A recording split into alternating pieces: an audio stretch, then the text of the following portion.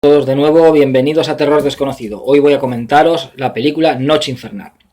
Bueno, Noche Infernal es uno de los muchos slashers que se hicieron a principios de los 80, gracias al gran éxito que tuvieron las películas de La Noche de Halloween o Viernes 13, pues se hicieron un montón de slashers durante los 80.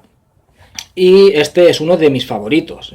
Ya comenté cuando hice el top 10 de slashers, comenté mis slashers favoritos y entraba esta película, Noche Infernal, que yo la pongo a la altura de películas como El Tren del Terror, Cumpleaños Mortal, El Asesino de Rosemary, Siete Mujeres Atrapadas, La Quema, entre otras muchas.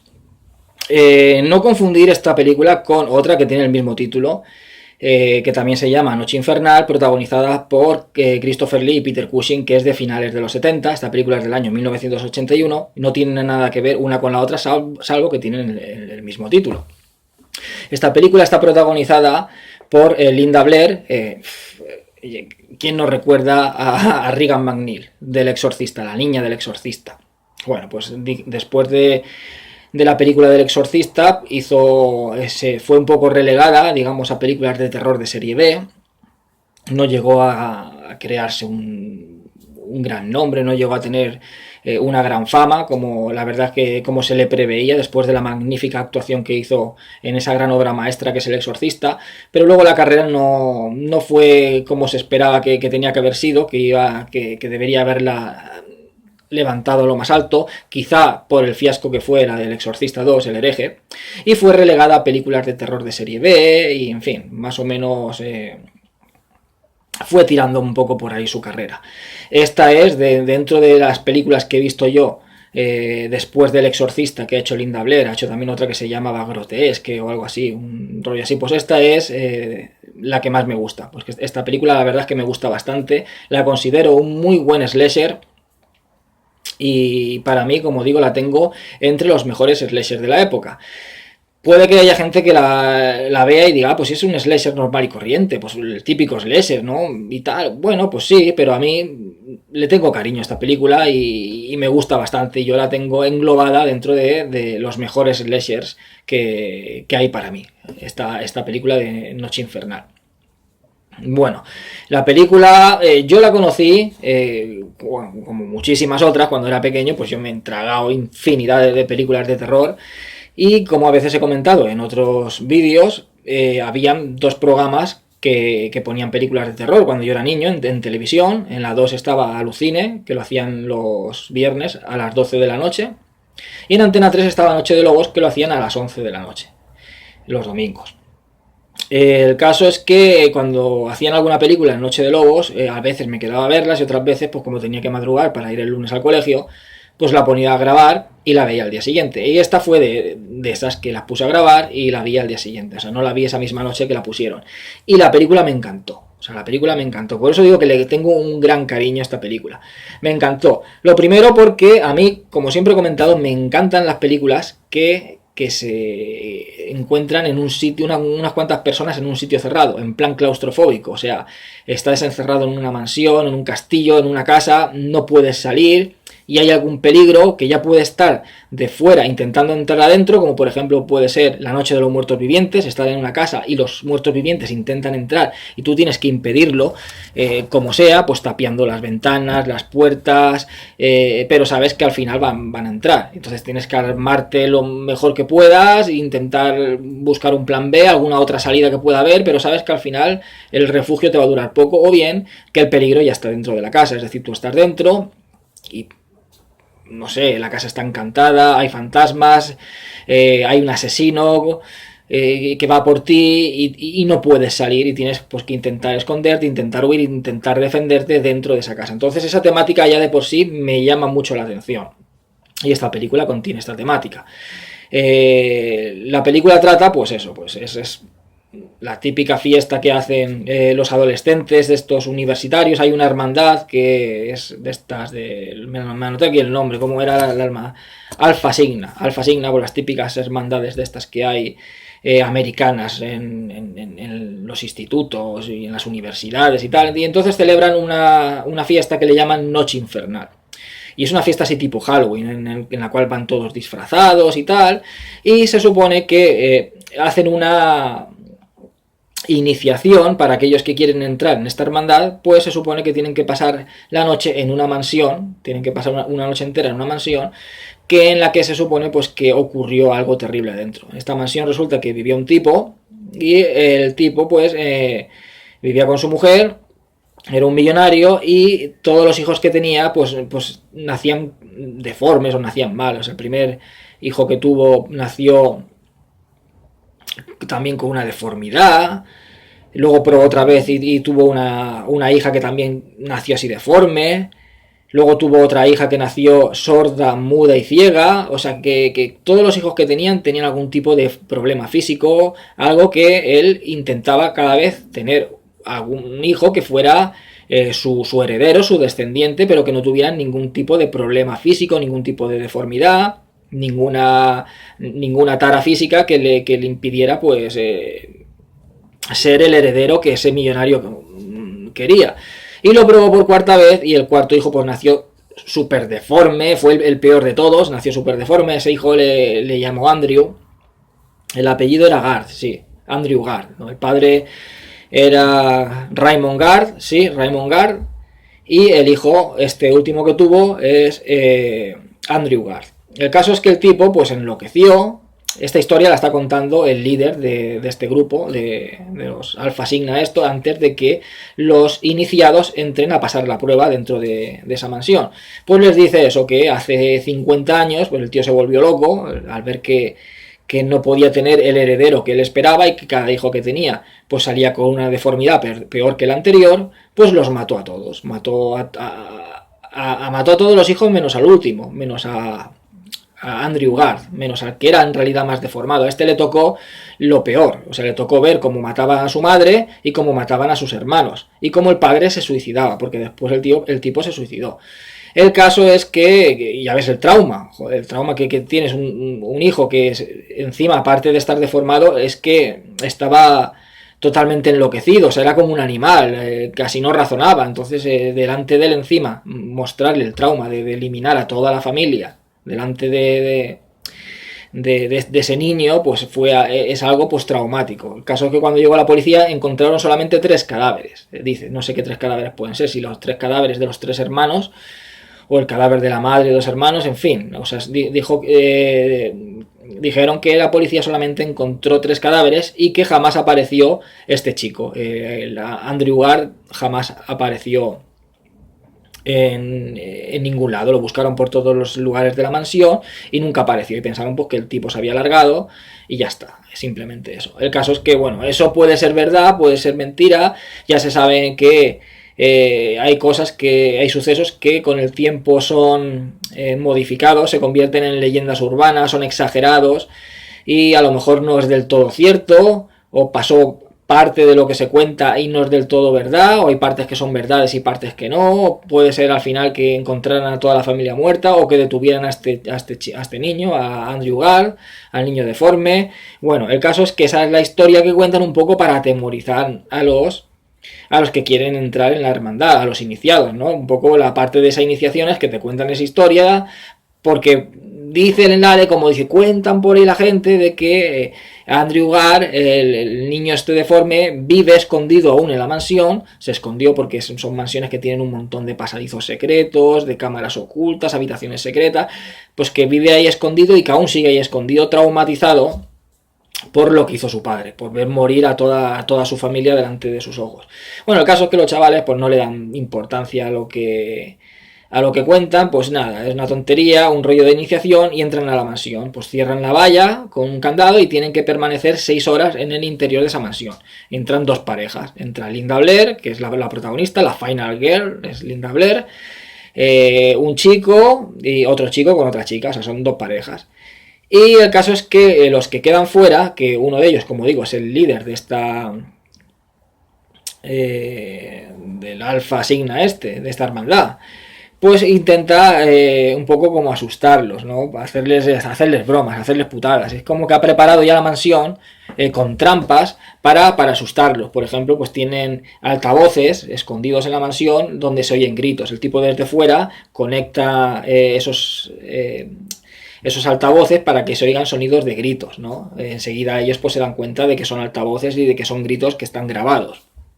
Luego también tiene como una especie como de holograma en la que aparece como una especie de fantasma, de muerto viviente, esqueletos dentro de los armarios.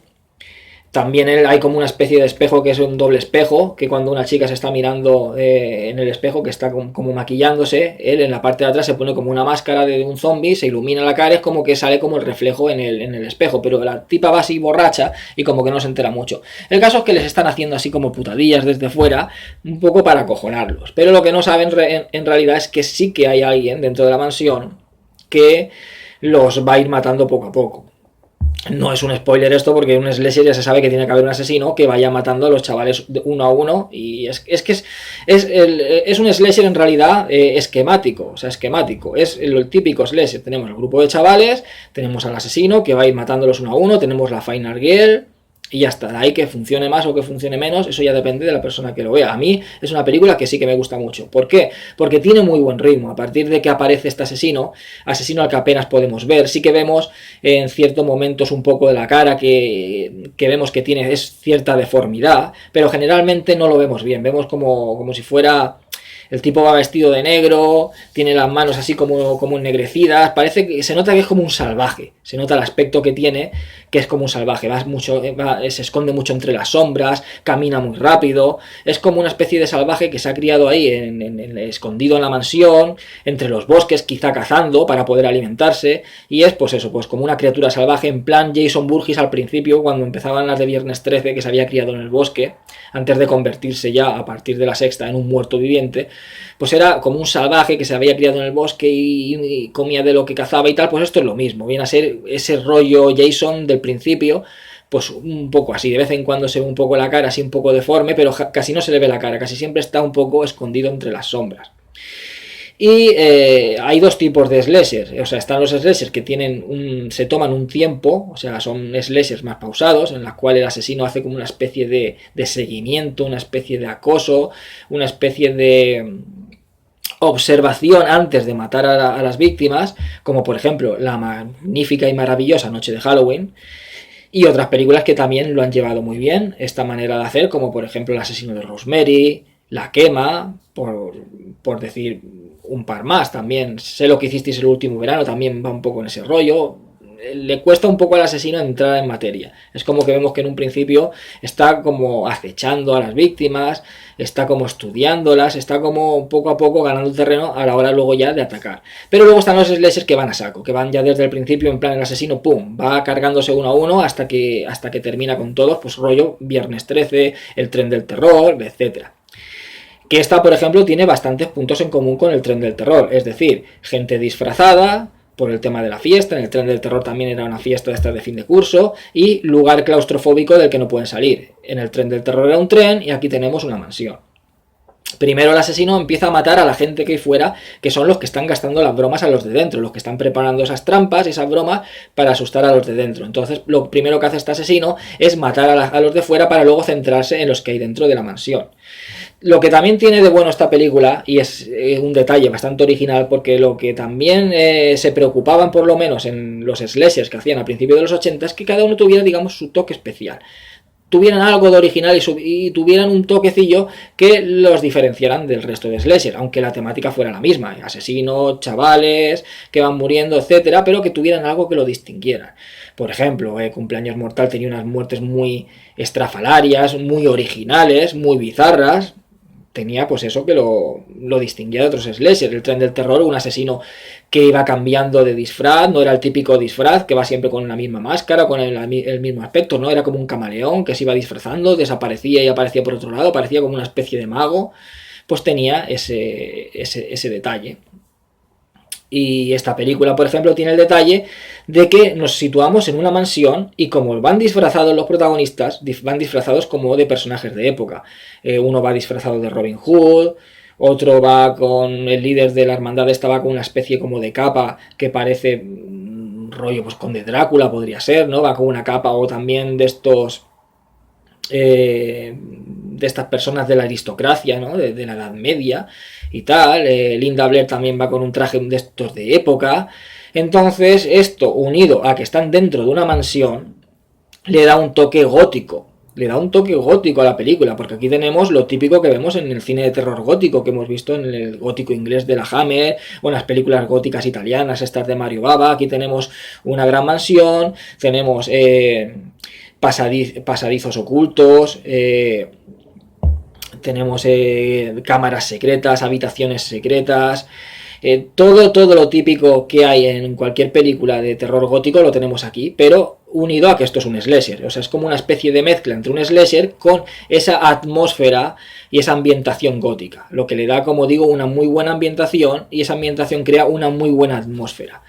Entonces esta película es una película que es muy atmosférica, y eso está genial. Se aprovecha muy bien la mansión. Aquí no tenemos en plan de que pues, van a un par de habitaciones y ya está. No, se aprovecha muy bien esa mansión. O sea, los personajes van de una habitación a otra, se esconden aquí, se esconden allá, inspeccionan esto, inspeccionan lo otro, bajan al sótano. Debajo del sótano resulta que hay como unas catacumbas con unos pasadizos que recorren todo lo que es la mansión y parte de fuera de la mansión, porque el tipo el asesino, tiene como esos túneles subterráneos que van recorriendo todas las habitaciones de la mansión, con lo cual también siempre te tienes siempre estás en peligro, porque tú te puedes meter en una habitación, en plan cierro la puerta, la chapo bien, me cojo un arma o lo que sea, como es el caso de cuando se quedan Linda Blair con el chico en una de las habitaciones, cogen una especie de horca, pues bueno, apalanco la puerta, estoy aquí con la horca. Y bueno, pues si entra o lo que sea, oigo cómo va a entrar por la puerta, cómo intenta forzar la puerta, bueno, pues tengo aquí la horca para defenderme. Pero claro, lo que tú no sabes es que hay trampillas en todas las habitaciones que dan a esos pasadizos subterráneos, por lo cual puede entrar a cualquier habitación sin tener que pasar por la puerta, sin tener que forzar la puerta. O sea, es acojonante, ¿no? No estás seguro en ninguna habitación, no puedes ni chapar un ojo. O sea, estás aquí y tienes que estar todo el rato despierto. Bueno, ahí son dos, mientras uno vigila el otro puede dormir, pero tienes que estar mirando todos los lados de la habitación porque no sabes qué trampilla puede haber ahí que el tipo pueda entrar y pueda atacarte. Esto recuerda mucho también a la película Habitación sin salida, en la cual en el motel pues estaban todas las habitaciones conectadas a túneles subterráneos por los cuales los asesinos podían entrar a través de trampillas a las diferentes habitaciones. Pero es que es más, los túneles van hacia afuera de la mansión, hacia la parte ajardinada de la mansión. Entonces también, tú vas andando por ahí, pero de repente puede aparecer detrás de ti y atraparte. ¿Por qué? Porque tienen también trampillas en el terreno de fuera, y a través de esos túneles puede salir y puede atraparte en cualquier lugar. Esto también recuerda al remake de Viernes 13, que también tenía así como túneles subterráneos, era como una especie de mina abandonada y utilizaba esos túneles y él creaba así como trampillas para poder salir a cualquier parte del bosque. Esto también le da un cierto aire más de verosimilitud a la película, porque en los slashers ya sabemos que el asesino está aquí y a los 2 minutos está en el otro lado, o va detrás de la víctima va corriendo y luego aparece enfrente. Entonces, ¿qué has hecho? Te has pegado una maratón y has corrido y te has puesto enfrente de la víctima, ¿no?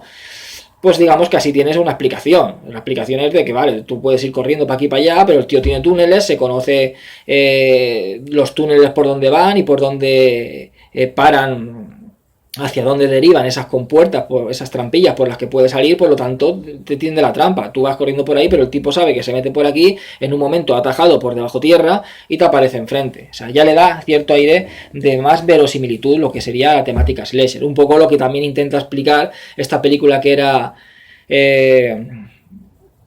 ¿cómo era? En el interior de la máscara, o más allá de la máscara, no, en el interior de la máscara, creo que también era una especie de found footage que aparece Robert Englund. También hablan un poco sobre el tema de los asesinos, de los slashers, del por qué cuando van detrás de ti parece que vayan andando, pero en realidad van corriendo, por eso al final siempre te alcanzan, los trucos que tienen para aparecer delante de ti cuando parece que van detrás, en fin, como que van explicando todo eso. En esta película no se explica, esto es un slasher, como digo, de que tiene las pautas del slasher de toda la vida, o sea, chavales que van muriendo a manos del asesino, pero quizás este detalle de los túneles subterráneos le dan ciertas verosimilitud a la hora de que se pueda aparecer en cualquier lugar a los protagonistas. El caso es que, como digo, la película va a saco, o sea, la película no tarda nada en arrancar, es uno de los slashers que empieza, pum, el tipo conforme sale empieza a matar y no para. Primero se carga a los de fuera, luego se carga a los de dentro, tenemos muchas persecuciones, se utiliza mucho la mansión, se corre de la mansión para arriba, para abajo, una habitación, otra, pasadizos subterráneos, me encierro aquí, me encierro allá, o sea, se utiliza muy, muy, muy bien el tema de la mansión.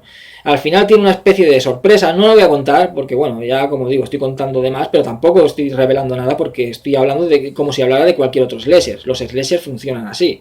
Es el asesino que va por las víctimas y ya está. Y las víctimas corriendo las van matando y se acabó. No estoy revelando nada nuevo. Pero sí que al final tiene una pequeña sorpresa, que de eso no voy a decir nada.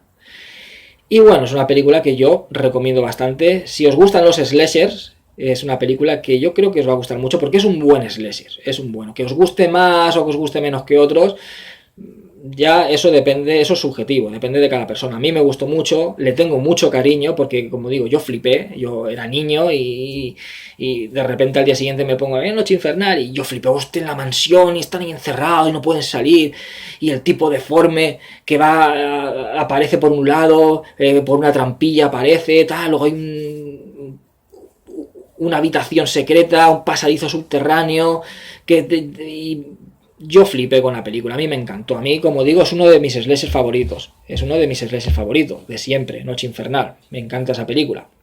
La persecución final, como obligatoria, con la Linda Blair, también me encantó esa persecución final. Y me parece una película muy buena. Y como digo, es una película que es muy distraída. O sea, es que te da lo que te ofrece. ¿Qué te ofrece? Un slasher con muchas muertes, las muertes son bastante sangrientas, son bastante fuertecillas, no es de las más fuertes, o sea, hay slashers más fuertes, el asesino de Rosemary es más fuerte que esta película, por ejemplo, pero no es de los flojos, es un slasher que tiene bastante... las muertes son bastante fuertes y tiene, como digo, muchas muertes, es bastante adrenalínica la película, la persecución final es muy adrenalínica, es muy buena. En fin, es un buen slasher. Si os gusta el terror y si os gustan los slasher, este es muy buen slasher. Además que la ambientación se agradece. Esa ambientación con ese estilo gótico, en esa mansión, se agradece mucho. Yo es una película que recomiendo al 100%. Y al igual que están muy bien aprovechados los interiores de la mansión, lo que es toda la mansión, también está muy aprovechado la parte de fuera de la mansión. O sea, la parte de fuera de la mansión es como si fuera un bosque. Es como si fuera un bosque, pero es como un laberinto. O sea, recuerda un poco al laberinto del Resplandor. Pues rollo así, o sea, van huyendo las personas o van recorriendo la zona esta que tiene de fuera, la zona, digamos, ajardinada, por decirlo de alguna manera, hasta llegar a la valla. Y eso es como un gran bosque, pero con caminos que van de un lado para otro y todo cubierto, que parece que estés como, pues sí, como si estuvieras en un bosque.